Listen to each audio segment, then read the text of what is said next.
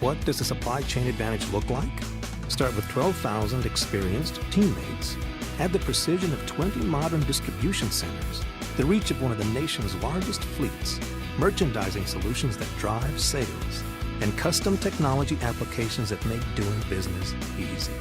Together, it's how we enable you to buy better, sell smarter, and profit more. McLean, your supply chain advantage in action. 2009 raised the specter of crippling tax hikes and marketing limitations for tobacco retailing. It's been a year since the federal government increased taxes to just about every tobacco category, and the Food and Drug Administration took over regulation of tobacco products. And this week, a ban of such marketing terms as light and low tar kicks in. So where do we stand with sales of tobacco products, and what might come next from the FDA? CSP-TV spoke to tobacco retailers from across the country and to Tom Bryant, the executive director of the National Association of Tobacco Outlets, to find out how they've fared.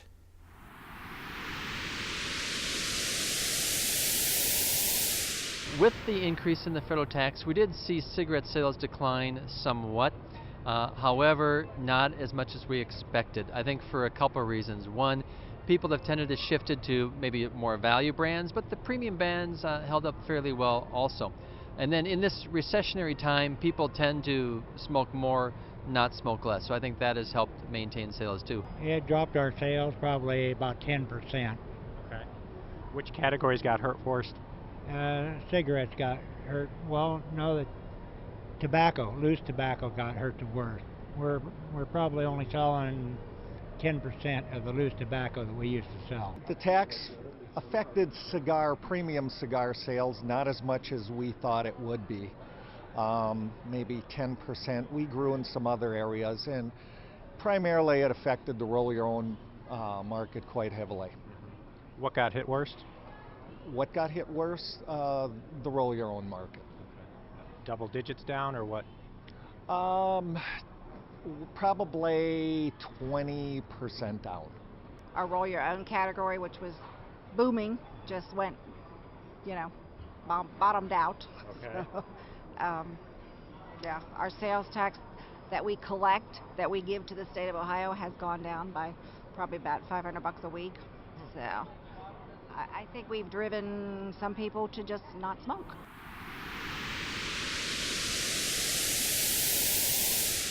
They've already prohibited the sale of flavored cigarettes.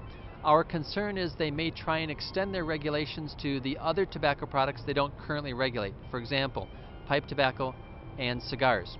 And if they extend those regulations, then the question is, would they ban flavored cigars? That, for a retailer, again, would be very devastating. Well, I think that because of the roll your own, the manufacturers came out with a pipe tobacco, which people are using to roll their own cigarettes. And I think the FDA will eventually regulate that as well. I think the FDA is way overboard with their regulations. It's just not fair. They're crazy. They don't want you to advertise. They don't want to do anything. The black and white thing, I understand, got shot down. But the worst thing that could happen is they're just going to tax it more, or they're going to ruin the business. They're already working on it.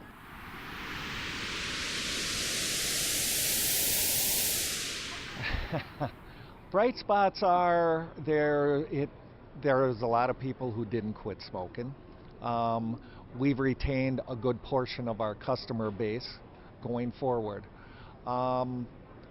There's constantly new things coming out on the market, and I think probably the electronic cigarette, there's probably a lot of growth in that too. On a bright side, there was a lawsuit brought against the FDA because the FDA law banned color advertising of tobacco products in retail stores. And a decision about a little over a month ago from the Federal District Court ruled that no, color tobacco advertising in stores cannot be banned, that it is protected by the U.S. Constitution. It's a form of free speech.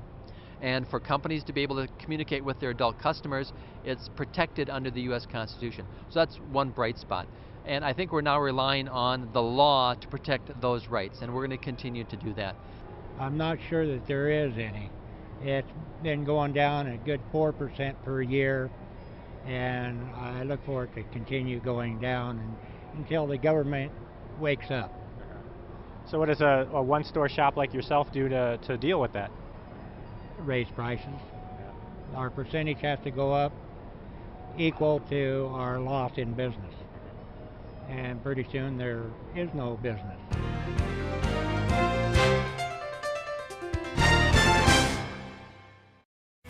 What does the supply chain advantage look like? Start with 12,000 experienced teammates. Add the precision of 20 modern distribution centers, the reach of one of the nation's largest fleets, merchandising solutions that drive sales, and custom technology applications that make doing business easy.